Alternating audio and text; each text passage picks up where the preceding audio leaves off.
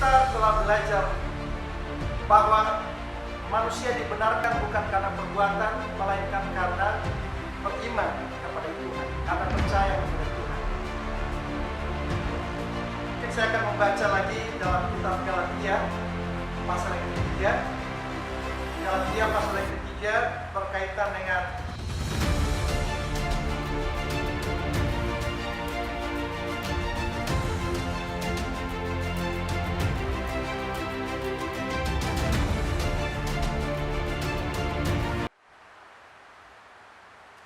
Bapak, Ibu, dan saudara-saudara sekalian, saya mengajak kita semua untuk melihat kembali firman Tuhan yang berkaitan dengan iman dan perbuatan.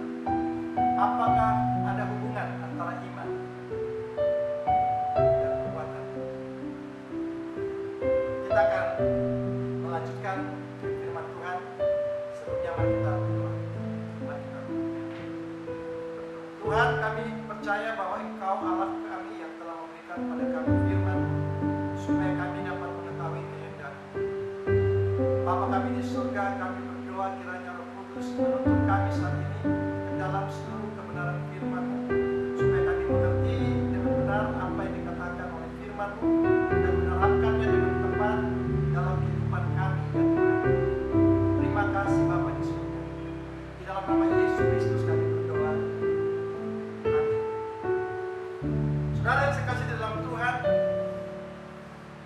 kita telah belajar bahwa manusia dibenarkan bukan karena perbuatan, melainkan karena beriman kepada Tuhan, karena percaya kepada Tuhan.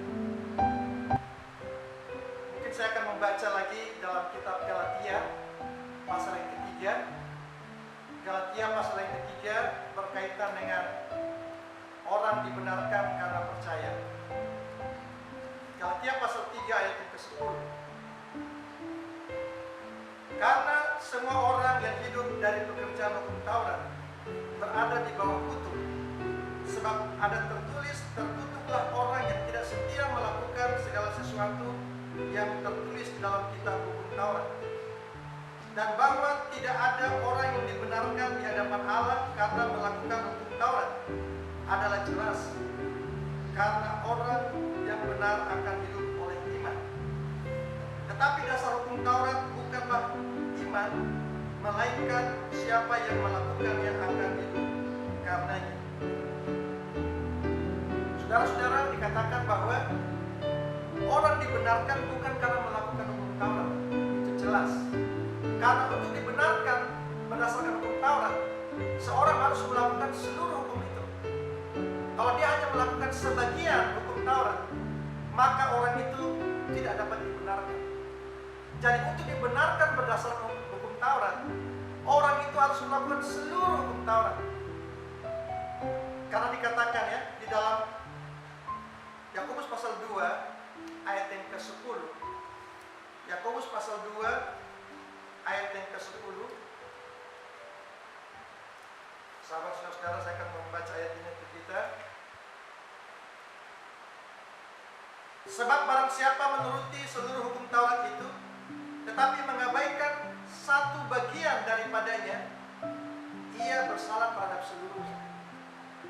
Kalau seorang melakukan 9 dari 10 hukum Taurat itu dan mengabaikan satu bagian, maka dia telah bersalah kepada seluruhnya. Ayat yang ke-11 katakan, sebab ia yang mengatakan jangan berzina, ia mengatakan juga jangan membunuh. Jadi jika kamu tidak berzina tetapi kamu membunuh, maka kamu menjadi pelanggar hukum juga. Jadi kalau mau dibenarkan berdasarkan hukum Taurat, seorang harus melakukan seluruh hukum Taurat itu. Saudara-saudara yang saya kasih dalam Tuhan, Galatia pasal yang ketiga di sini Paulus menekankan sekali lagi bagi kita bahwa sesungguhnya tidak ada seorang pun dapat dibenarkan karena melakukan hukum Taurat. Karena tidak ada seorang pun yang bisa melakukan seluruh hukum Taurat itu. Saya baca sekali lagi. Ayat yang ke-10. Karena semua orang yang hidup dari pekerjaan hukum Taurat berada di bawah kutuk. Mengapa? Sebab ada tertulis,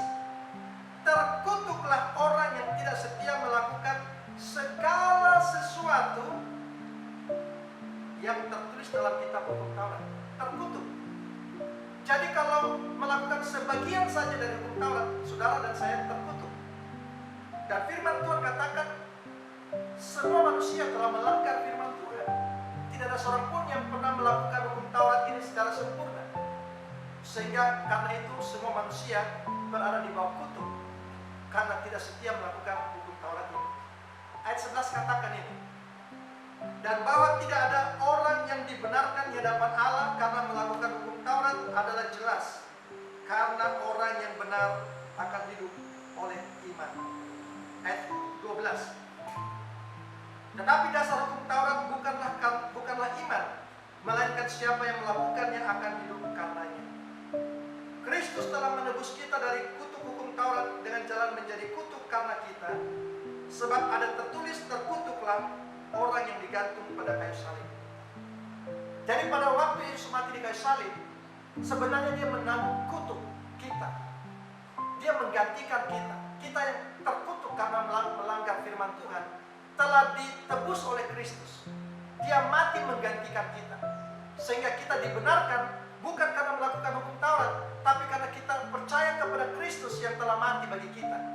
Kita percaya bahwa yang Tuhan sudah lakukan di kayu salib itu sudah sempurna, menyelesaikan segala dosa dan pelanggaran kita. Nah, saudara-saudara, itu yang dikatakan oleh Paulus dalam kitab Roma yang kita sudah belajar baru-baru, bahwa orang dibenarkan karena iman kepada Allah. Nah, sekarang saya ingin mengajak kita coba pikirkan kembali hal ini berkaitan dengan perbuatan.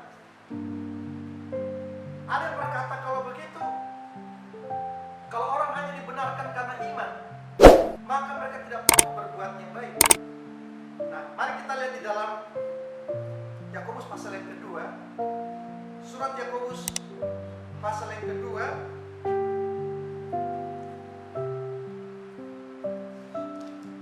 Surat Yakobus pasal yang kedua, kita akan membaca langsung saja ayat yang ke-14. Ayat 14. Apakah gunanya saudara-saudaraku jika seorang mengatakan bahwa ia mempunyai iman, padahal ia tidak mempunyai perbuatan? Dapatkah iman itu menyelamatkan dia? Apakah cukup orang mempunyai iman tanpa perbuatan? Saudara-saudara, kita lihat di sini bahwa seolah-olah Yakobus ingin mengatakan bahwa iman saja tidak cukup. Perlu ditambah dengan perbuatan supaya iman itu menjadi sempurna. Nah, mari kita lihat di sini dikatakan ayat yang ke-17. Demikian juga halnya dengan iman. Jika iman itu tidak disertai perbuatan, maka iman itu pada hakikatnya adalah mati. Kalau kita berpikir sepintas, ya, seolah-olah Yakobus ini bertentangan dengan Paulus. Paulus mengatakan kita dibenarkan bukan karena perbuatan, tapi karena iman kepada Allah. Di sini Yakobus katakan, kalau orang mengatakan dia mempunyai iman tanpa perbuatan, maka sebenarnya pada hakikatnya iman itu adalah iman yang mati. Ayat yang ke-18. Tetapi mungkin ada orang yang berkata, padaku ada iman dan padaku ada perbuatan.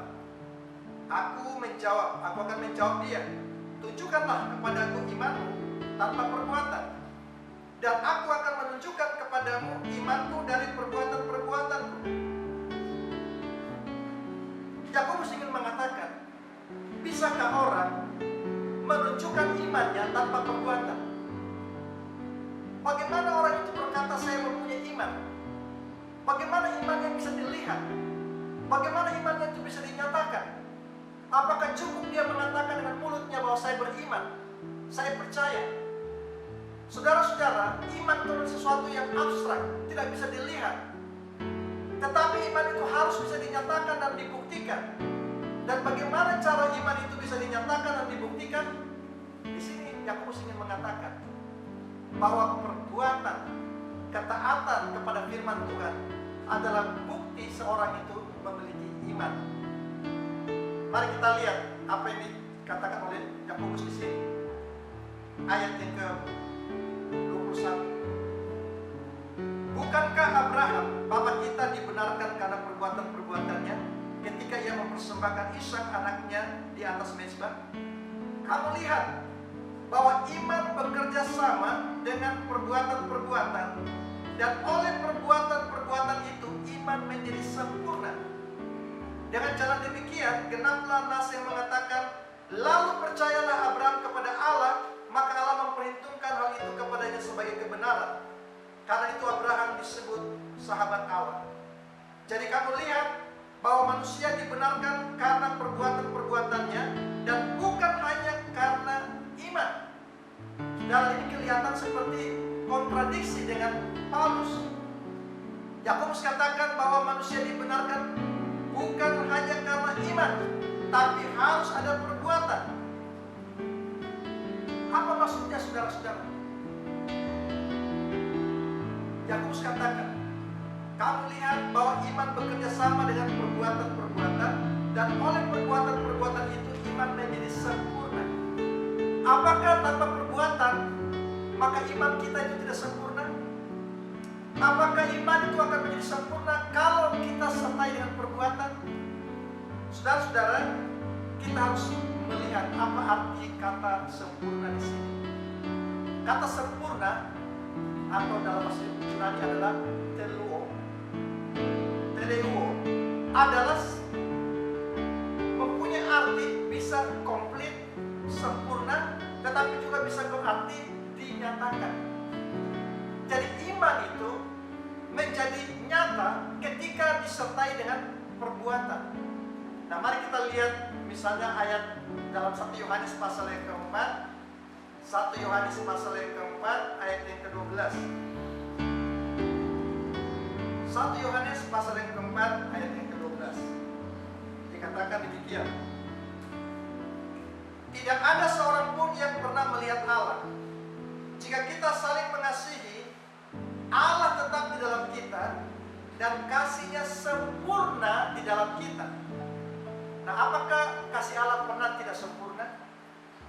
Apakah kasih Allah bisa menjadi tidak sempurna? Tidak, tentunya tidak. Kasih Allah selalu sempurna. Jadi apa maksudnya ayat 12 ini? Tidak ada seorang pun yang pernah melihat Allah. Jika kita saling mengasihi, Allah tetap di dalam kita dan kasih-Nya sempurna di dalam kita. Artinya kasih-Nya dinyatakan kepada kita.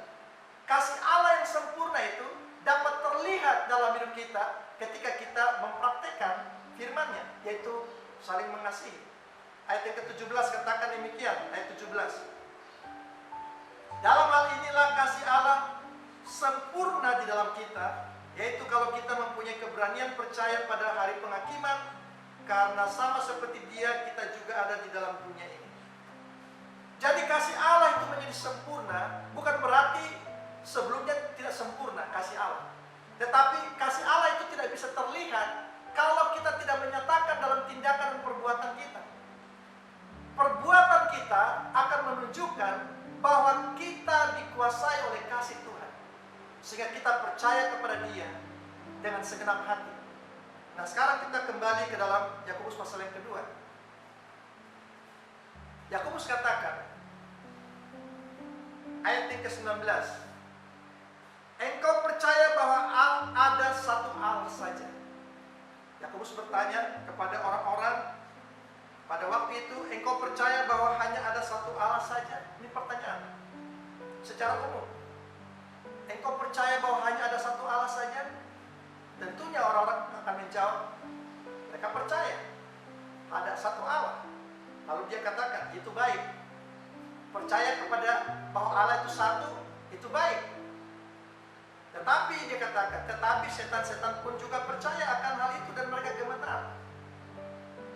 Apa bedanya percaya saudara dan percaya setan kalau kita hanya percaya bahwa ya Allah itu satu? Nah, saudara-saudara, apa bedanya?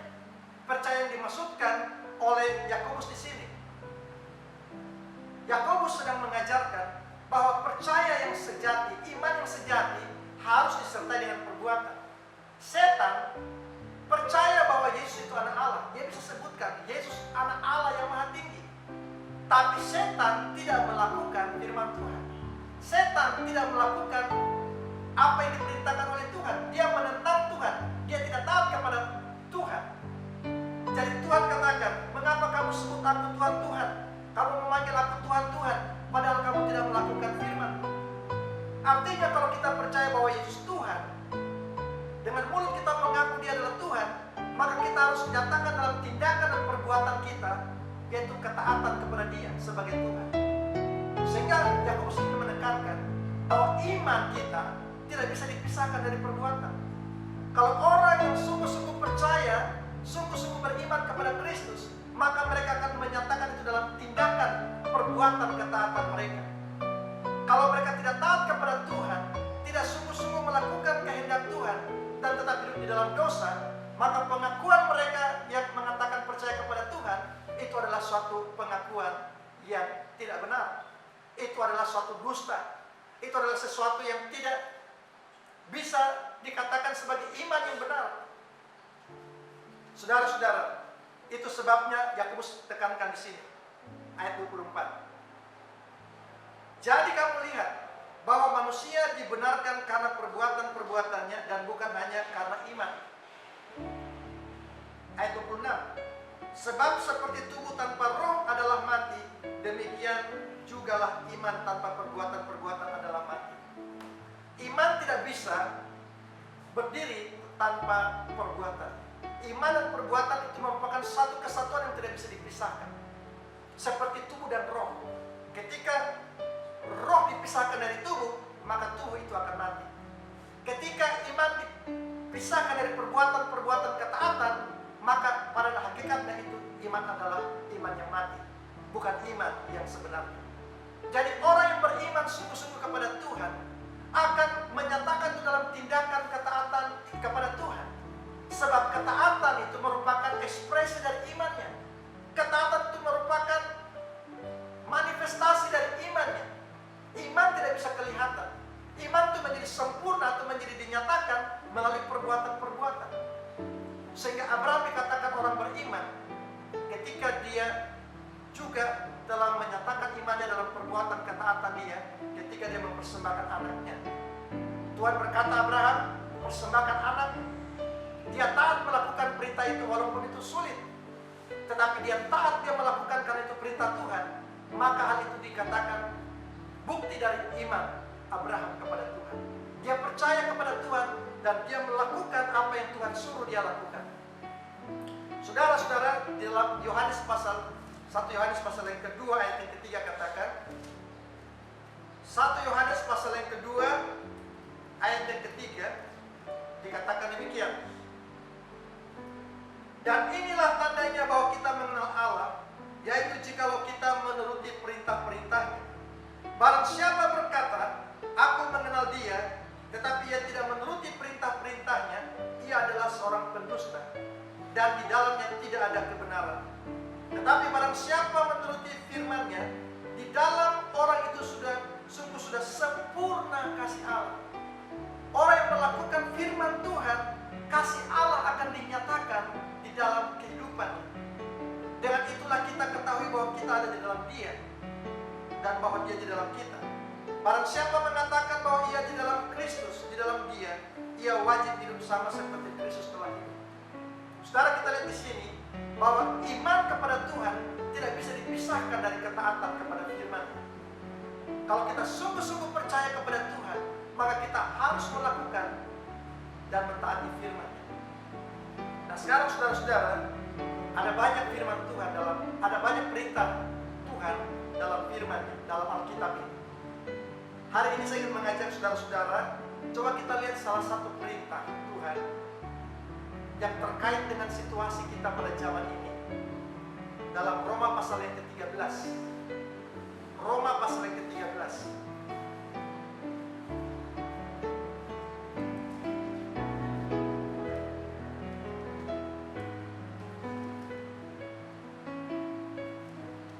Saya akan membaca ayat 1. Dikatakan demikian. Tiap-tiap orang harus takut kepada pemerintah yang di atasnya. Sebab tidak ada pemerintah yang tidak berasal dari Allah. Dan pemerintah-pemerintah yang ada ditetapkan oleh Allah. Saudara, kita tahu dalam firman Tuhan, Allah telah menetapkan atau telah mendirikan 3 lembaga di dunia ini. Yang pertama namanya lembaga keluarga. Ketika Allah menciptakan manusia di dunia ini, Dia menciptakan juga lembaga keluarga. Lalu kemudian Allah juga telah menetapkan suatu lembaga yang namanya pemerintah. Pemerintah diciptakan oleh Allah untuk menciptakan keteraturan, untuk menciptakan suatu ketertiban dalam dunia ini. Sebab manusia cenderung untuk menjadi liar ketika tidak ada orang yang memiliki otoritas atas manusia itu.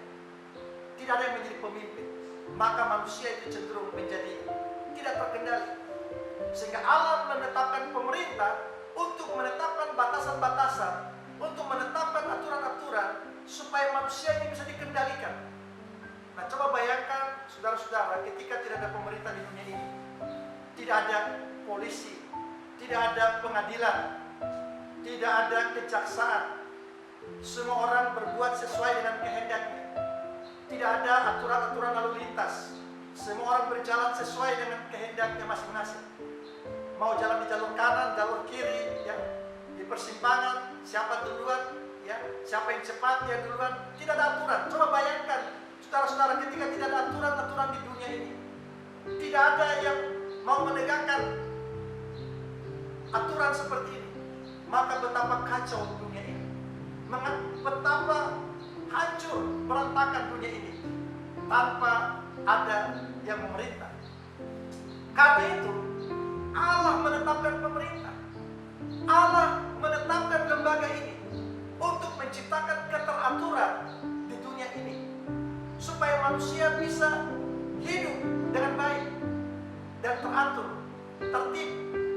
Oleh karena itu dikatakan bahwa tidak ada pemerintah yang tidak berasal dari Allah, dan bahwa semua pemerintah yang ada di dunia ini itu ditetapkan oleh Allah. Saudara-saudara, ayat yang kedua katakan, sebab itu barang siapa melawan pemerintah, ia melawan ketetapan Allah, dan siapa yang melakukannya akan mendatangkan hukuman atas diri. Kalau saya menentang pemerintah, firman Tuhan katakan saya menentang ketetapan Allah. Kenapa? Karena Allah yang menetapkan pemerintah. Ayat 1 katakan tadi. Ayat 1 mengatakan, tiap-tiap orang harus takut kepada pemerintah yang di atasnya. Pemerintah di sini adalah pemerintah sipil yang diberikan otoritas oleh Allah untuk memimpin masyarakat. Sebab tidak ada pemerintah yang tidak berasal dari Allah. Dan pemerintah-pemerintah yang ada, ini jamak, berarti ada banyak pemerintah di dunia ini. Semua itu ditetapkan oleh Allah. Saudara-saudara, memang kita harus akui bahwa tidak semua pemerintah baik, tidak semua pemerintah itu sempurna. Tetapi saudara-saudara, Allah dalam hikmatnya telah menetapkan manusia-manusia yang tidak sempurna ini untuk membuat suatu lembaga yang namanya pemerintah, di mana kuasa untuk pemerintah itu diberikan oleh Allah. Saudara, ketika Pilatus mengadili Tuhan Yesus, dia katakan kepada Yesus, Yesus, apakah engkau tidak tahu kalau saya ini berkuasa untuk bebaskan engkau dan menyalibkan engkau? Yesus katakan, Pilatus, engkau tidak punya kuasa untuk mengadili saya kalau kuasa itu tidak diberikan dari atas.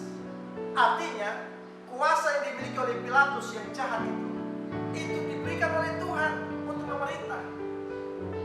Saudara-saudara, ini tidak berarti bahwa Tuhan bertanggung jawab atas dosa-dosa yang dibuat oleh pemerintah yang jahat, oleh pemerintah yang lalim. Karena nanti kita baca bahwa pemerintah itu adalah hamba Allah untuk melakukan kehendak Allah. Jika pemerintah itu tidak melakukan mandat yang Allah berikan kepadanya, maka Allah akan menghukum pemerintah itu. Ada banyak contoh dalam Alkitab. Saya memberikan contoh saudara-saudara tentang Nebukadnezar. Nebukadnezar adalah seorang raja Babilonia yang sangat kejam, yang tidak mengakui Allah. pada suatu hari saudara-saudara, Nebukadnezar yang sombong, yang congkak ini, dia merasa bahwa dia orang yang paling hebat di dunia ini. Pada suatu hari dia mendapat mimpi, penglihatan. Dan kemudian ketika dia memanggil orang-orang pintarnya di seluruh negaranya itu menjelaskan tentang arti mimpi, tidak ada seorang yang pun yang bisa menjelaskan. Lalu kemudian dia panggil Daniel atau Belshazzar untuk menjelaskan arti mimpi. Mari kita lihat di dalam kitab Daniel pasal yang keempat. Kita mau melihat bagaimana ketika pemerintah itu tidak melakukan kehendak Allah. Daniel pasal yang keempat. Kitab Daniel pasal yang keempat.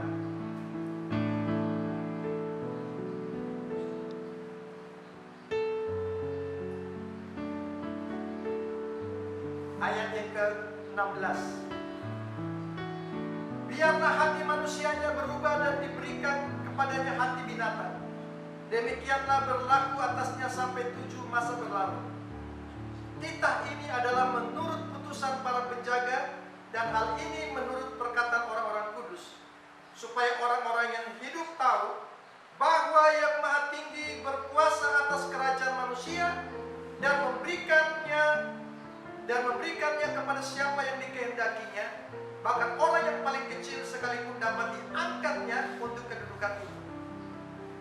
Jadi melalui penglihatan yang dilihat oleh Nebukadnezar, Tuhan ingin menyatakan bahwa Dia berdaulat untuk mengangkat manusia menduduki suatu jabatan yang dikehendakinya.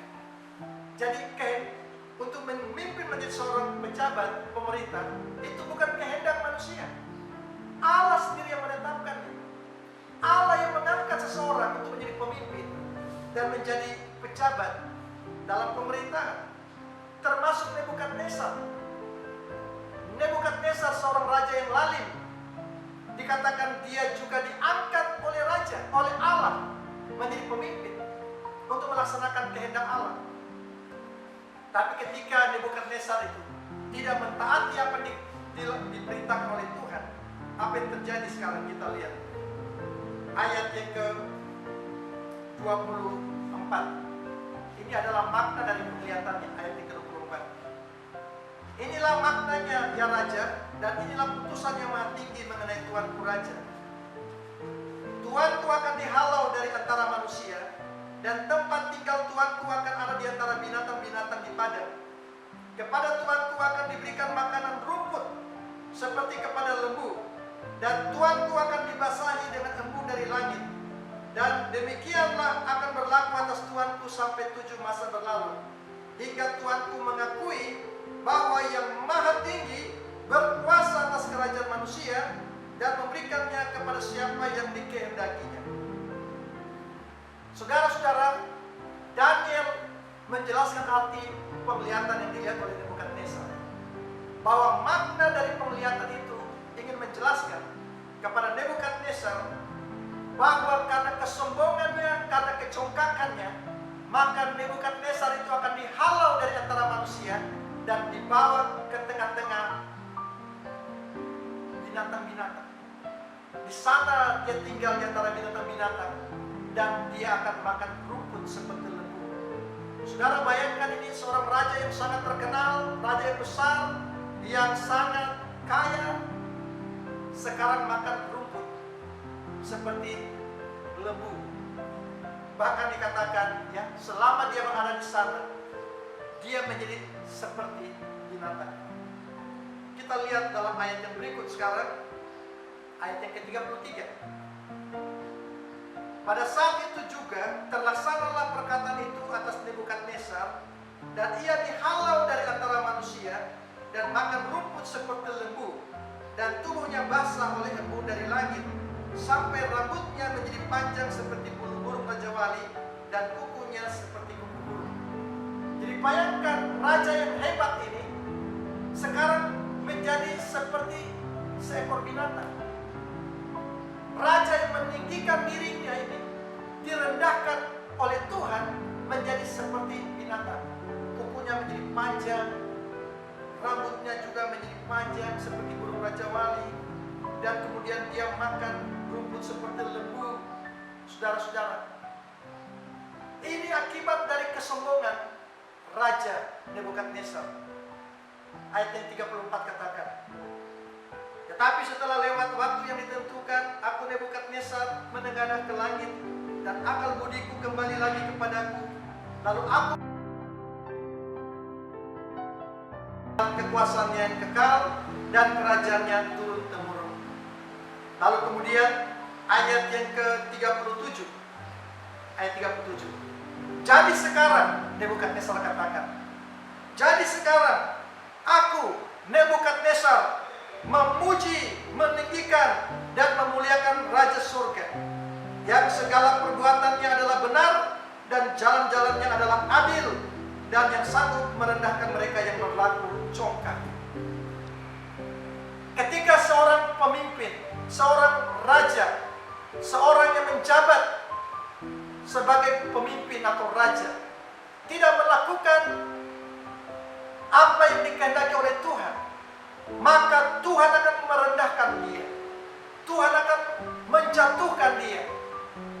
Karena firman Tuhan katakan pemerintah itu diangkat dan ditetapkan oleh Allah. Allah mengangkat pemerintah untuk melaksanakan kehendak Allah. Sehingga ketika pemerintah itu tidak melakukan apa yang dikehendaki oleh Tuhan, mereka tidak melakukan mandat yang Tuhan berikan, maka Tuhan sendiri berkuasa untuk merendahkan mereka. Saudara-saudara, tidak sedikit pejabat yang salah menggunakan wewenangnya. Tidak sedikit pejabat yang menyalahgunakan kuasa yang diberikan kepadanya, sehingga mereka berakhir hidupnya dengan yang sangat menyedihkan. Berapa banyak pejabat yang harus masuk dalam penjara, dihukum karena melakukan pelanggaran. Berapa banyak pejabat pemerintah yang mati secara tidak wajar, tidak terhormat di tempat-tempat yang tidak harusnya mereka berada di situ. Saudara-saudara, ini menunjukkan bahwa Allah yang memberikan mandat kepada pemerintah adalah Allah yang berkuasa untuk menghukum setiap orang yang tidak melakukan kehendaknya. Sampai ketika Nebukadnezar mengakui kebesaran Allah, dia mengatakan sekarang dia percaya bahwa yang maha tinggi adalah Allah yang maha kuasa itu, yang akan merendahkan setiap orang yang congkak. Saudara-saudara, mari kita kembali dalam kitab Roma pasal yang keempat. Dalam Roma pasal yang keempat, Roma pasal 13. Dalam Roma pasal yang ke-13, Paulus katakan bahwa kita harus tunduk dan takluk kepada pemerintah yang di atas kita. Mengapa? Karena pemerintah ditetapkan oleh Allah. Kalau saya dan saudara menentang pemerintah, kita menentang Allah. Sebab Allah yang menetapkan pemerintah. Kalau pemerintah itu bersalah, kalau pemerintah itu melanggar kehendak Tuhan, Allah yang akan menghukum dia. Seperti Nebukadnezar. Itu bukan haknya saudara dan saya untuk menentang pemerintah. Dalam Roma pasal 12 ayat 19 katakan, Roma 12 ayat 19 katakan, saudara-saudaraku yang kekasih, janganlah kamu sendiri menuntut pembalasan, tetapi berilah tempat kepada murka Allah, sebab ada tertulis, pembalasan itu adalah hakku, akulah yang akan menuntut pembalasan, firman Tuhan. Sebagai orang percaya, kita dituntut oleh Tuhan untuk tunduk dan menghormati pemerintah yang ada di atas kita. Sebab pemerintah ditetapkan oleh Allah. Kalau pemerintah itu melanggar kehendak Tuhan, maka Tuhanlah yang akan berurusan dengan pemerintah itu. Karena Tuhan yang memberikan kuasa kepada pemerintah untuk memerintah. Tugas saudara dan saya sebagai orang yang percaya adalah mendoakan pemerintah. Kita harus mendoakan pemerintah supaya mereka dapat melakukan tugas dan tanggung jawab mereka dengan adil, dengan benar, dengan jujur. Kita patut mendoakan pemerintah kita supaya mereka takut akan Tuhan, supaya mereka melakukan kehendak Tuhan. Dan ketika pemerintah melakukan apa yang dikehendaki Tuhan, maka masyarakat akan mengalami damai sejahtera. Masyarakat akan mengalami hidup yang sejahtera. Karena itu tugas pemerintah. Itu yang dikehendaki oleh Tuhan. Saudara-saudara, maka ayat yang ketiga katakan, sebab jika seorang berbuat baik, ia tidak usah takut kepada pemerintah, hanya jika ia berbuat jahat. Maukah kamu hidup tanpa takut terhadap pemerintah? Perbuatlah apa yang baik, dan kamu akan beroleh pujian daripadanya. Karena pemerintah adalah hamba Allah untuk kebaikanmu. Tetapi jika engkau berbuat jahat, takutlah akan dia, karena tidak percuma pemerintah menyandang pedang. Pemerintah adalah hamba Allah untuk membalaskan murka Allah atas mereka yang berbuat jahat. Jadi pemerintah ditetapkan oleh Allah untuk melakukan kebaikan bagi kita. Allah menetapkan pemerintah untuk menciptakan keteraturan dan ketertiban di dunia ini. Sehingga ketika ada orang yang melakukan pelanggaran, pemerintah diberikan hak oleh Tuhan, pedang, di sini dikatakan pedang atau otoritas, untuk menghukum mereka yang melakukan pelanggaran. Coba bayangkan saudara-saudara, beberapa waktu yang lalu ada begal yang beraksi di kota kita. Bayangkan kalau tidak ada polisi, tidak ada tentara, tidak ada aparat penegak hukum, dan para begal ini beraksi dengan semau mereka, maka saudara bisa bayangkan, mungkin tidak ada orang yang berani keluar rumah lagi. Kita tidak akan berani melakukan apa-apa ketika kejahatan ini dibiarkan di mana-mana tanpa ada penegak hukum. Saudara-saudara, karena itu kita melihat bahwa Allah menetapkan pemerintah untuk mendatangkan kebaikan bagi kita. Karena itu mari kita mendukung pemerintah. Kita tunduk kepada pemerintah yang telah ditetapkan oleh Allah untuk melakukan kebaikan bagi kita. Apa artinya tunduk atau takluk kepada pemerintah? Yaitu kita mau melakukan apa yang diatur oleh pemerintah. Aturan-aturan yang dikeluarkan oleh pemerintah yang baik, kita harus lakukan. Firman Tuhan katakan, kita harus tunduk, kita harus taat kepada pemerintah. Sehingga dikatakan ayat yang kelima, sebab itu perlu kita menaklukkan diri, bukan saja karena kemurkaan Allah, tetapi juga oleh karena suara hati kita. Itulah juga sebabnya maka kamu membayar pajak, karena mereka yang mengurus hal itu adalah pelayan-pelayan Allah. Bayarlah kepada semua orang apa yang harus kamu bayar. Pajak kepada orang yang berhak menerima pajak, cukai kepada orang yang berhak menerima cukai, rasa takut kepada orang yang berhak menerima rasa takut, dan hormat kepada orang yang berhak menerima hormat. Sebagai orang Kristen, sebagai orang yang percaya kepada Tuhan, ingat tadi kita belajar bahwa iman tidak bisa dipisahkan dari perbuatan. Kalau kita percaya kepada Allah, maka kita harus tunjukkan dalam ketaatan kita kepada firman. Kalau Allah berkata kita harus tunduk kepada perintah atau pemerintah kita, maka kita harus melakukan aturan-aturan yang ditetapkan oleh pemerintah. Ketika pemerintah mengharuskan kita membayar pajak, saudara, kita harus membayar pajak. Kalau ada saudara yang belum menyelesaikan bayar pajak kendaraan saudara, saudara ketika berjalan di jalan dengan STNK yang mati, dengan pajak yang belum dilunasi, saudara punya hati nurani akan terganggu. Firman Tuhan katakan ayat yang kelima, sebab itu perlu kita menaklukkan diri, bukan saja karena kemurkaan Allah, tetapi juga karena suara hati kita. Paulus katakan dia berusaha untuk hidup dengan hati nurani yang bersih, dengan suara hati, dengan hati nurani yang baik. Ketika saudara-saudara kita dengan sengaja melanggar aturan pemerintah, maka kita tidak mengalami damai sejahtera. Sebagai contoh tadi saya katakan, kalau misalnya saudara tahu bahwa saudara tidak punya kelengkapan surat-surat kendaraan, dan saudara tahu bahwa itu adalah suatu pelanggaran. Ketika saudara jalan di jalan dengan mobil, dan saudara tahu ada sweeping yang dilakukan oleh polisi, maka saudara tidak tenang. Saudara pasti merasa hati saudara tidak tenang, karena saudara tahu saudara sedang melakukan pelanggaran. Tetapi kalau saudara mentaati aturan pemerintah, saudara memiliki SIM, saudara memiliki STNK, saudara memiliki membayar pajak, saudara mengikuti aturan pemerintah, maka saudara memiliki hati nurani yang baik. Ketika ada sweeping di tengah jalan, saudara tidak akan takut karena saudara tahu bahwa saudara sedang melakukan ketaatan. Ini contoh yang sederhana, saudara-saudara.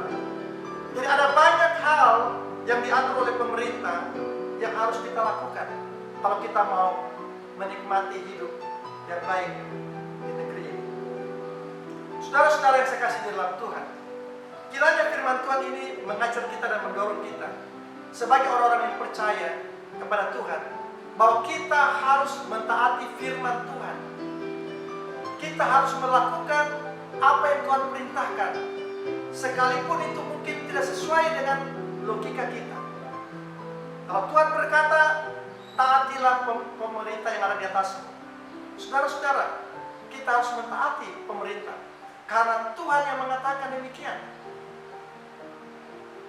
Kalau saudara berkata, tapi bagaimana kalau pemerintah itu melakukan, melarang kita melakukan sesuatu yang tidak sesuai dengan kehendak Allah? Saudara, firman Tuhan katakan bahwa ketika ada pemerintah yang melanggar kehendak Tuhan dan membuat keputusan yang menentang Tuhan Allah, maka saudara dan saya harus memilih untuk taat kepada Tuhan. Ketika raja mengatakan kepada rakyatnya untuk menyembah patung, maka Nebukadnezar, maka Sadrak, Mesak, Abednego tidak mentaati perintah itu. Mereka tidak menyembah patung karena mereka taat kepada Tuhan yang mengatakan, janganlah kamu menyembah patung. Ketika Raja Darius katakan kepada rakyatnya, jangan kamu berdoa kepada Allah, maka Daniel menentang peraturan itu. Dia berdoa kepada Allah karena dia harus tunduk kepada Allah lebih daripada manusia. Ketika pemerintah itu atau mahkamah agama melarang Yohanes dan Petrus untuk memberitakan nama Yesus, maka mereka tidak taat kepada perintah itu karena mereka harus lebih tunduk kepada Allah daripada kepada manusia. Nah, di sini saudara-saudara jelas bahwa ketika pemerintah mengeluarkan suatu perintah yang bertentangan dengan Allah, maka kita harus mengambil sikap untuk tunduk kepada Allah daripada kepada manusia dan siap untuk menerima konsekuensinya. Sadrak, Mesak, Abednego ketika tidak taat kepada perintah raja untuk menyembah patung, mereka dimasukkan ke dalam api yang bernyala-nyala. Daniel ketika tidak taat kepada perintah Raja Darius untuk jangan berdoa kepada Allah, ketika Daniel berdoa kepada Allahnya, maka Daniel dibuang ke dalam gua singa. Demikian juga Yohanes dan Petrus, ketika mereka tidak taat kepada keputusan mahkamah agama untuk tidak memberitakan Injil, lalu mereka terus memberitakan Injil, mereka dimasukkan ke dalam penjara. Itu konsekuensi dari ketaatan kita kepada Allah, saudara-saudara. Oleh karena itu, kita melihat apa yang dikatakan oleh Petrus dan Yohanes dalam Kisah Rasul pasal yang kelima. Kisah Rasul pasal yang kelima, bagaimana sikap Yohanes dan Petrus atau murid-murid itu ketika mereka dilarang untuk memberitakan nama Yesus. Saya akan membaca di sini ayat yang ke-27. Kisah Rasul 5 ayat yang ke-27. Mereka membawa keduanya dan menghadapkan mereka kepada mahkamah agama. Imam besar mulai menanyai mereka. Katanya, dengan keras kami melarang kamu mengajar dalam nama itu, yaitu nama Yesus. Namun ternyata kamu telah memenuhi Yerusalem dengan ajaranmu dan kamu hendak menanggungkan darah orang itu kepada kami. Tetapi Petrus dan rasul-rasul itu menjawab katanya, kita harus lebih taat kepada Allah daripada kepada manusia. Jadi apa artinya ini, saudara-saudara? Selama pemerintah mengeluarkan aturan-aturan yang baik untuk kebaikan kita, untuk menertibkan kita, untuk menciptakan keteraturan, maka kita harus mendukung pemerintah. Kita harus taat kepada pemerintah. Kita harus tunduk kepada pemerintah.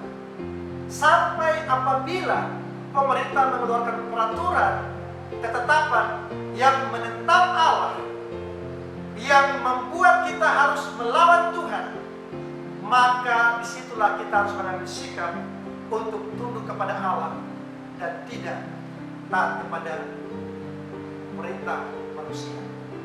Tetapi selama apa yang dikeluarkan pemerintah itu baik, sesuatu yang untuk keamanan kita, untuk menjaga kita, untuk menertibkan kehidupan masyarakat, maka kita sebagai orang percaya harus tunduk, harus taat dan menghormati pemerintah dan tidak boleh menentang pemerintah. Karena ketika kita menentang pemerintah, tidak tunduk kepada aturan-aturan pemerintah, sebenarnya kita sedang menentang Tuhan yang menetapkan pemerintah itu. Saudara-saudara yang saya kasih dalam Tuhan, kiranya firman Tuhan ini menolong kita untuk belajar taat kepada firman Tuhan. Dalam hal ini secara khusus, kita mau menghormati dan tunduk kepada pemerintah dan melakukan aturan-aturan, ketetapan-ketetapan yang dikeluarkan pemerintah untuk kebaikan kita sekalian. Tuhan memberkati saudara sekalian. Amin. Mari kita berdoa. Tuhan, kami mengucap syukur karena Engkau telah mengajar kami bagaimana kami sebagai orang-orang yang percaya harus menyatakan iman kami itu melalui tindakan dan perbuatan kami yang taat kepada firman. Tuhan, kami berdoa kiranya Engkau menolong kami untuk melakukan firman, sebab dengan kekuatan kami sendiri kami tidak dapat mentaati firman.